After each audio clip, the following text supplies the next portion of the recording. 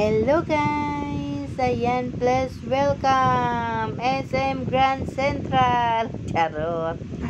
Welcome ka pa. Ayan, happy kaming magnanay. Nakagala na naman kami dito sa SM Grand Central. Ayan, kasi nakipagkita kami sa aming friend. At saka akala mo talagang matagal na kaming magkakilala. Pero hindi po, ay kami nakilala lang dito sa social media. Pero ngayon, akala mo talagang napakatagal na naming magkasama at talagang close na yung mga anak ko sa kanya. Ayan, naglakad-lakad pala kami dito. Ayan, inikot-ikot talaga namin tong SM Grand Central. Kasi ang lawak-lawak. Kanina pa pala kami paikot-ikot dito sa SM Grand Central. Kasi ayan, naghanap kami ng makainan. Ang kanina pa kami naghanap. Kasi puno lahat ang mga kainan dito sa Grand Central. Ang dami-dami ditong kumakain kasi nga ang ganda naman dito, ang gandang pasyalan. Kaya yun, puno-puno yung mga restaurant dito. Kaya nagagilap muna kami ng aming makainan kung saan ba kami kakain. Kasi yung mga alaga ko ay gutom na pala. Baka antukin na sa gutom. Ayan, happy ang aking Bibi Gio. Naka-smile yarn. Dahil nakita na niya ang kanyang ninang sa social media. Ayan.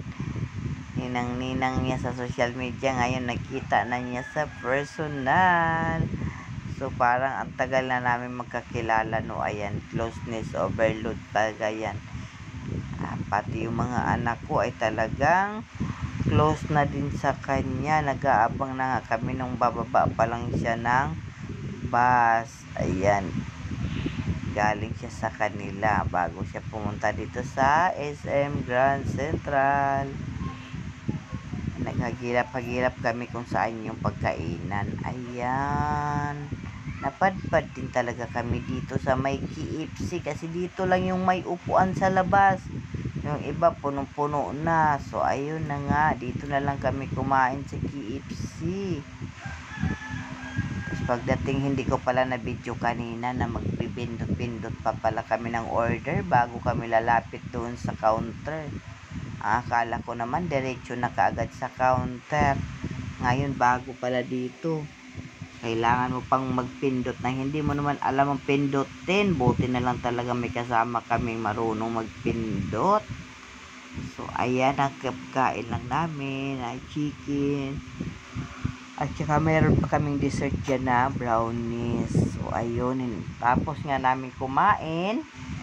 Gumala-gala pa kami papunta dun sa taas para makita din namin daw yung 3rd floor. Ay, 4th floor na ba?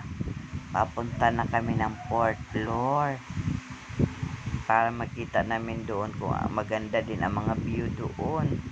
Ayan, inikot-ikot na talaga namin yan si Sisi kasi ngayon lang siya nakauwi dito sa Pinas. Ayan, pagbabalik yan siya ng Italy, matagal na naman siya bago makakauwi. Kaya sinulit na niyang ikot-ikot. Hala, inikot-ikot namin sa SM Grand Central. Ayan, tuwang-tuwa yung mga bulilit ko kasi nakapasyal silang wala sa oras. Kaya yung atikit ko, buti walang pasok. So, ayan, nakasama ang atikit ko. Ang hindi nakasama ang ati Sam-Sam. Tanghali na siya uuwi. Kaya hindi na namin siya inantay. Kaya yun, nauna na kami, umalis na kami. Sa susunod na lang siya sasama.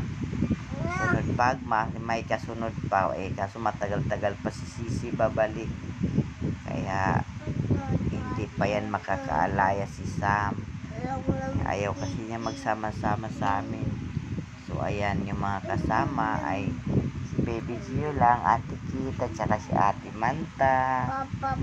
Ayan, happy yung bata makakita ng mga pailaw na madami dito sa SM Grand Central.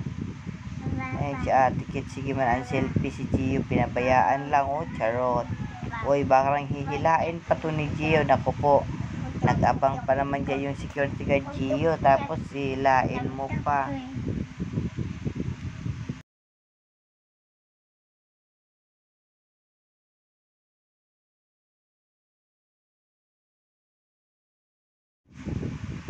Ayan pala yung nandun na kami sa 4th floor. Bababa kami papunta first floor. Sakay kami ng elevator. Pero tingnan nyo naman, napakataas. Parang nakakatakot, o diba? Mas ang ganda-ganda po talaga dyan. Oh, okay, ang ganda. Sobrang gandang-ganda. Ang baby Gio, happy ang baby Gio namin. Top, top, top, top. Oo, ayan, nagbabantay pati ang security guard. Baka kasi sirain ni Gio yung mga decoration. Tatanggalan ni Gio. Kaya nakabantay talaga yung security guard kasi baka naman sisira.